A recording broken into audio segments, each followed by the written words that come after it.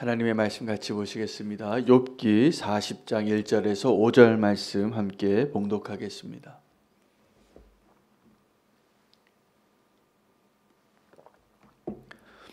욥기 40장 1절에서 5절 말씀 함께 봉독합니다. 여호와께서 또 욥에게 일러 말씀하시되 트집 잡는 자가 전능자와 다투겠느냐? 하나님을 탓하는 자는 대답할지니라. 욥이 여호와께 대답하여 이르되 보소서 나는 비천하오니 무엇이라 주께 대답하리이까? 손으로 내 입을 가릴 뿐이로소이다. 내가 한번 말하였사온즉 다시는 더 대답하지 아니하겠나이다. 아멘. 하나님의 말씀입니다. 이제 욥기가 이제 끝으로 향하고 있는데 하나님의 긴 질문을 통하여서 하나님께서 대답해 주셨습니다.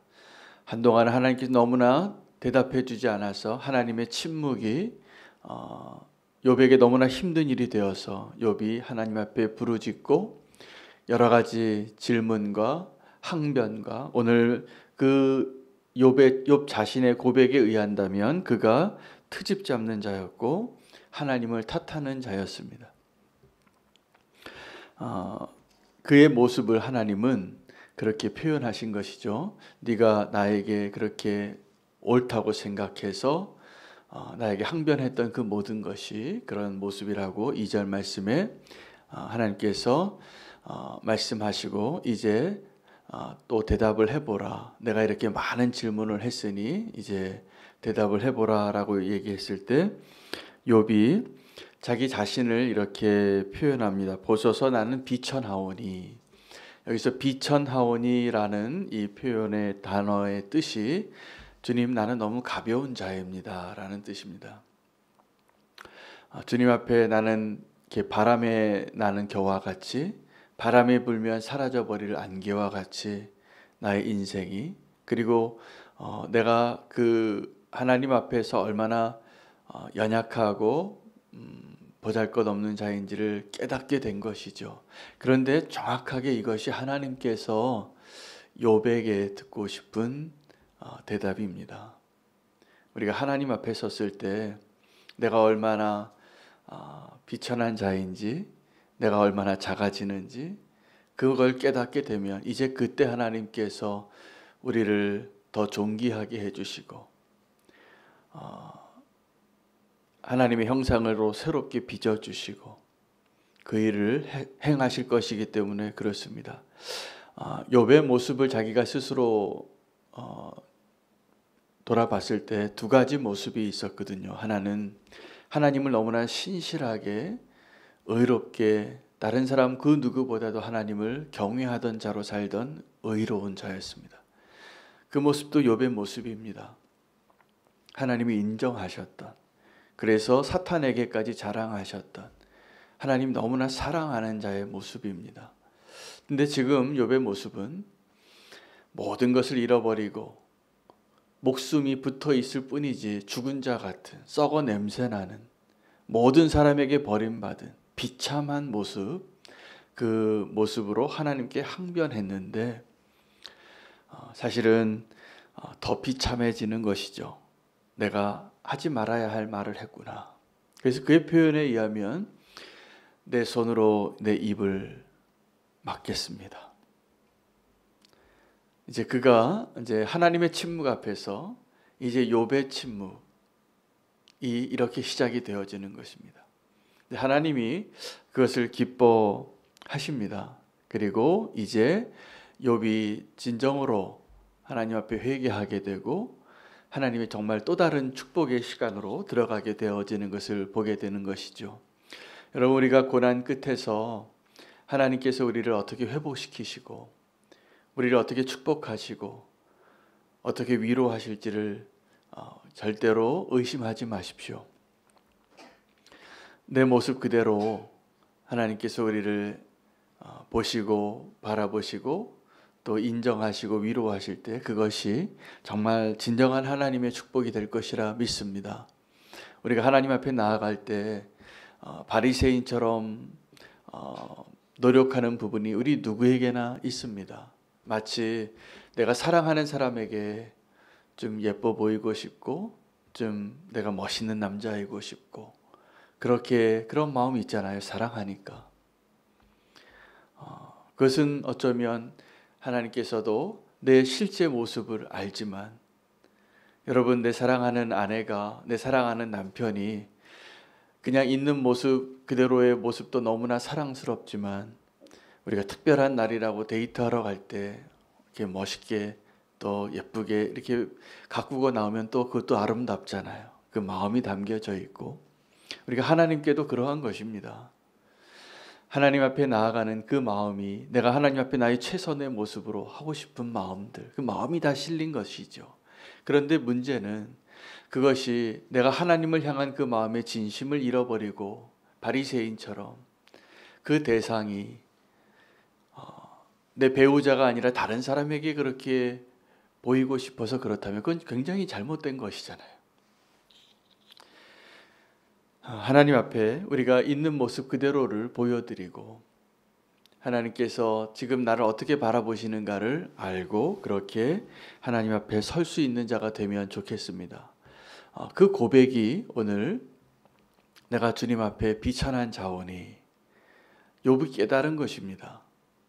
내가 하나님 앞에 얼마나 가벼운 존재인지 진짜 자기 모습을 보게 된 것입니다.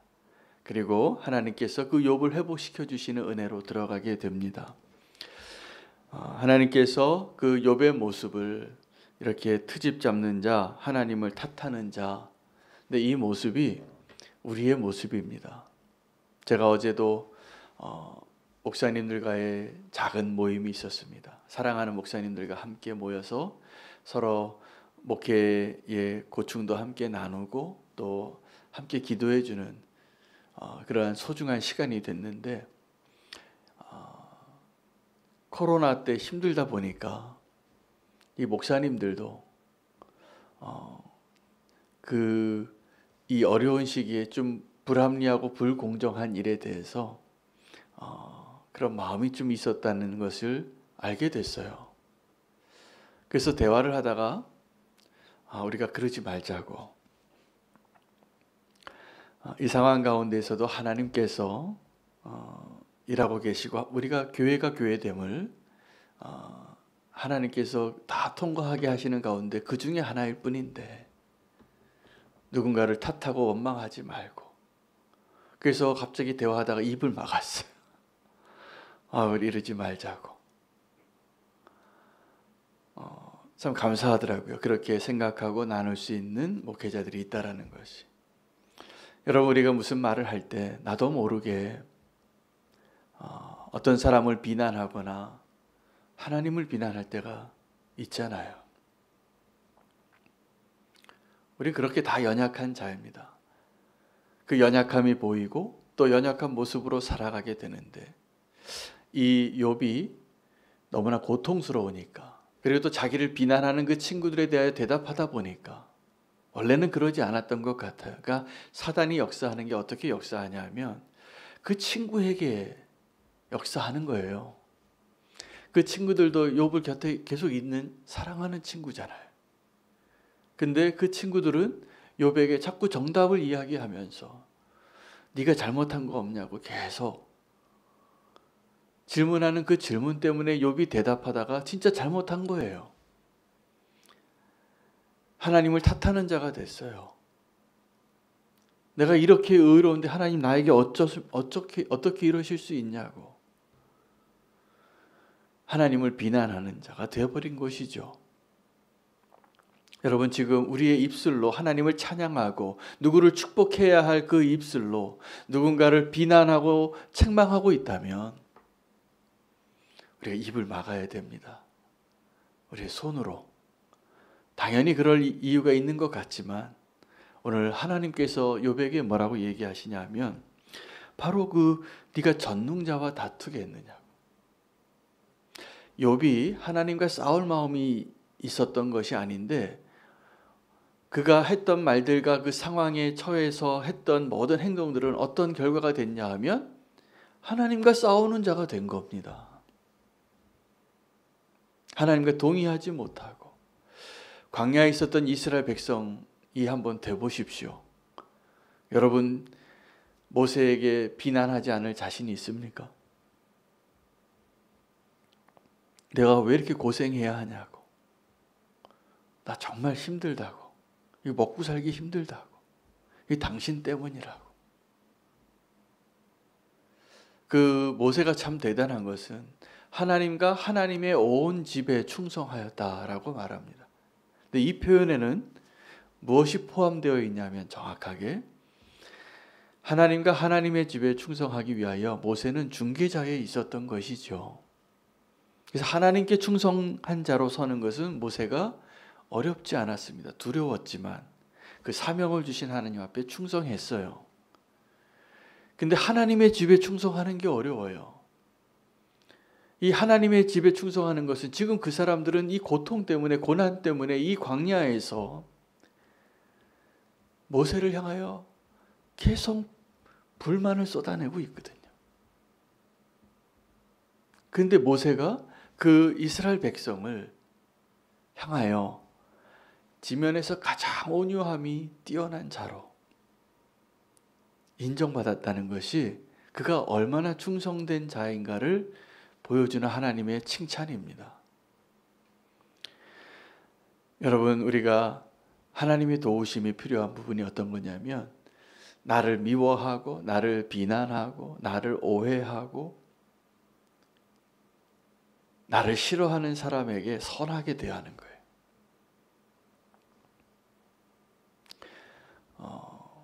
하나님께도 우리가 그런 말 안 하겠다고 하지만 사실은 이스라엘 백성의 그 비난이 원망이 오늘 말씀 그대로라면 하나님을 탓하고 하나님과 싸우는 일이 그렇게 얘기할 겁니다. 우리가 하나님께는 그럴 수 없다고. 그런데 그 하나님의 사람 모세를 향하여 제가 어제도 한 정부에 대해서 좀 불만을 얘기했었어요. 제가. 근데 그게 하나님을 탓하는 거더라고요. 우리가 그러지 말아야 합니다. 내가 누군가를 탓하고 원망하고 그것은 사실은 그 상황 가운데 우리는 힘드니까 그런 말이 입에서 나올 수 있지만 그때 우리가 오늘 욥이 했던 것처럼 우리의 손으로 입을 막아야 할 것 같습니다. 그러면 하나님께서 그것이 하나님이 원하시는 대답이에요. 내가 하나님 앞에 할 말이 없는 존재인데 뭐 그렇게 할 말이 많아서 그렇게 한마디 더 해서 후회하잖아요. 지금 제가 그랬더라고요. 하나님의 침묵과 욥의 침묵이 전혀 다릅니다.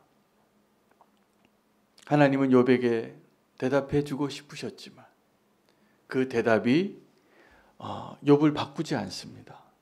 그런데 우리가 하나님이 보이지 않는 것 같고 하나님이 나를 떠나신 것 같은 그 상황 가운데서 하나님은 지금도 우리를 그 고난과 또 우리가 겪고 있는 모든 어려움 속에서 우리를 인도하고 계시고 바로 곁에 계시고 우리를 사랑하고 계시고 우리가 믿을 만한 유일한 존재인 것을 꼭 붙잡으시기를 축복합니다.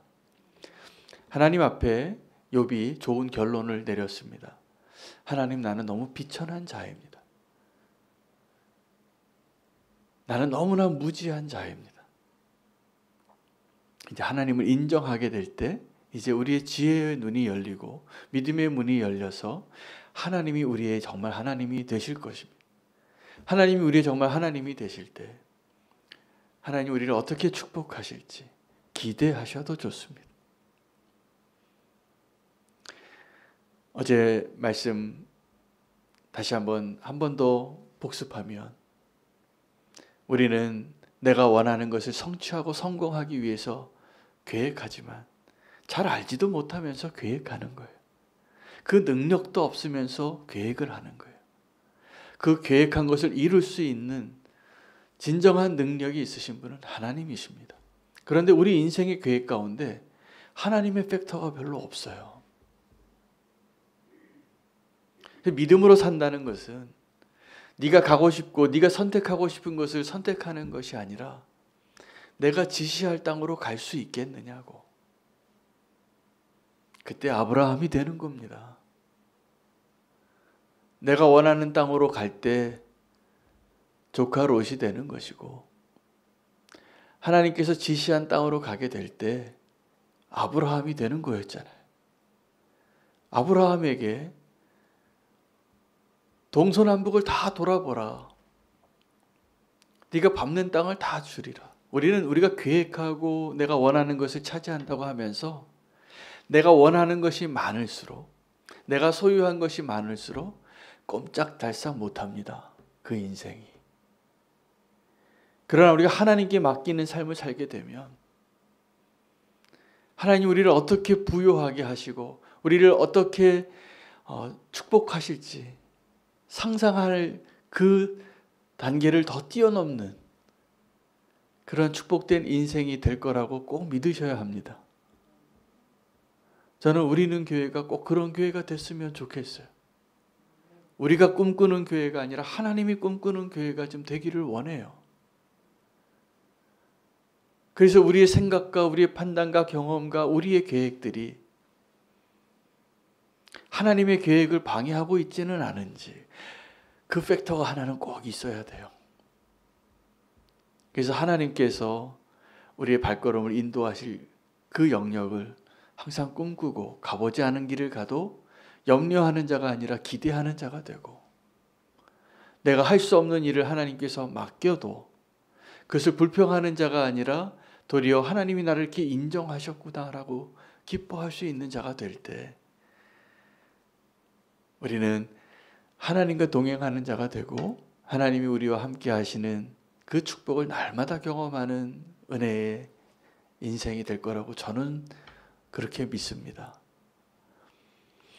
욥이 이제 자기의 손으로 입을 막았는데 우리의 입으로 실수도 많이 합니다. 실언도 많이 하고, 이제 우리의 입이 우리의 말이 믿음의 선포가 되고 축복의 말이 되어서 하나님께서 우리 입술을 통하여 역사하시고 우리의 입술의 고백을 통하여 하나님의 능력이 드러나는 그날을 함께 꿈꾸기 원합니다. 믿음으로 말하십시오. 내 생각으로 누군가를 불평하고 원망했던 말들이 이렇게 나오면 이 혀가 잘 통제가 안 됩니다. 야고보서에 있는 말씀대로 산을 다 태우는 불이에요. 말 한마디로. 그때 오늘 욥이 우리에게 지혜로운 행동 하나를 보여줬어요. 손으로 입을 막는 것. 입이 통제가 안 될 때 내 말이 한번 뱉으면 그 말에 그 힘이 있습니다.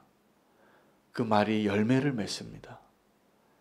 그래서 우리가 부정적인 말, 또 하지 말아야 될 말을 하려고 그렇게 나올 때 파수꾼을 세우시고 입을 막으시고 하나님을 인정하고 우리 입술로 나오는 그 모든 말들이 하나님을 영화롭게 하고 또 다른 사람의 영혼을 살리고 축복하는 말로 가득 차여지기를 우리가 소망하며 오늘 기도했으면 좋겠습니다.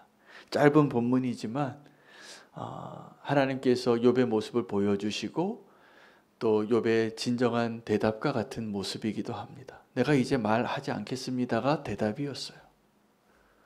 이제 내가 하나님을 향한 그 모든 질문들을 좀 멈추겠습니다. 이제는 믿겠습니다. 이제는 하나님을 인정하겠습니다. 하나님 앞에 아멘 해야 할 때는 아멘 꼭 하시기를 축복합니다. 네. 그리고 내가 하나님 앞에 의심의 마음이 들고 오늘 하나님과 싸우고 싶은 그 마음이 들 때는 손으로 막으십시오. 그 손 그렇게 쓰라고 주신 것 같습니다. 우리 입을 막는데 우리의 손을 쓰시기를 축복합니다. 그리고 하나님을 인정하는 자로 오늘 내 모습 그대로 하나님이 축복해 주셨던, 그렇게 인정하게 하셨던 그 욥의 모습으로 우리가 다시 한번 새해를 준비하고 꿈꾸는 시간이 됐으면 좋겠습니다. 이번에 마지막 주인데요, 우리가 하나님께서 우리에게 열매 맺는 주간이 됐으면 좋겠습니다. 그리고 하나님께서 우리에게 허락하신 그 모든 일들을 믿음으로 계획하고 믿음으로 순종할 수 있는 자가 되도록 새해를 맞이할 준비를 또 같이 하셨으면 좋겠습니다.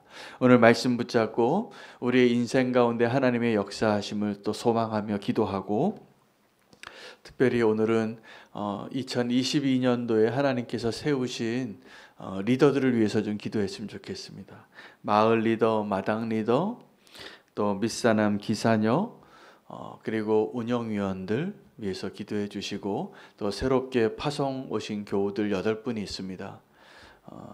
아직도 이렇게 어디에 정착해야 할지 잘 익숙하지 않으실 그분들을 잘 배려하고, 또 아름다운 소망의 공동체로, 행복한 공동체로 세워질 수 있도록 함께 교회를 위하여, 성도님들의 삶을 위하여 한 마음으로 주의 이름 부르고 기도하겠습니다. 주여